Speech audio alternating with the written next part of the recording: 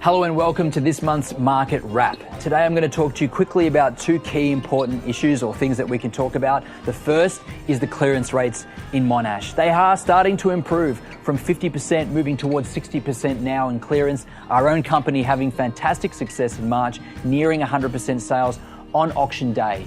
The second thing I'm going to talk to you about is buying inside versus buying outside of current school zones and what that might mean to you in education costs as well. So quickly, the first thing we want to talk to you about is those clearance rates and why they're improving.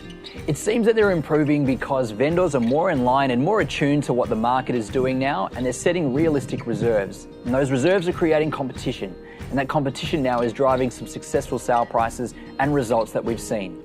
One of our most successful being number 2 Bishop Court, which had a fantastic result, well above reserve price, and a well thought out auction, simply because the vendors were in line and the buyer demand was strong. We're seeing great numbers coming through our open for inspection, so there is no shortage of buyer demand at the moment as well. And that's why we're seeing strong clearance rates.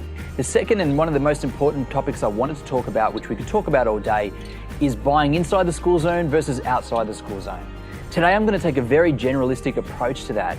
And what we do know when we look at these prices is that buying a typical cream brick veneer home in Mount Waverley will normally attract a sale price somewhere around 1.1 outside the school zone and around 1.3 inside the school zone.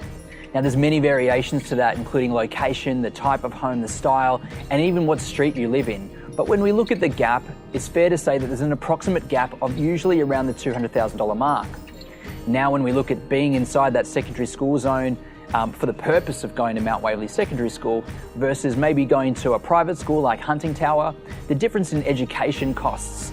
Education costs, if you're putting an average of 2 children through school from year 7 to 12 at Hunting Tower, is going to cost close to $300,000. So the gap there obviously is significant. $300,000 approximately to educate your children at a private school but live outside the school zone, or buy in the school zone for an extra couple of $100,000 with very limited costs in association to schooling.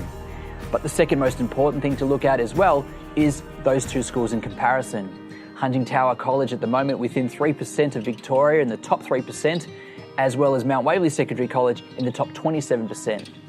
So basically, you're paying a little bit perhaps more to get into private school, but you could subsidise that by living outside the zone to get into a school that's in the top 3% in Mount Waverley and in Victoria, or purchase inside the school zone and get a school that has 20% or is in the top 27% in Victoria for the difference in dollars.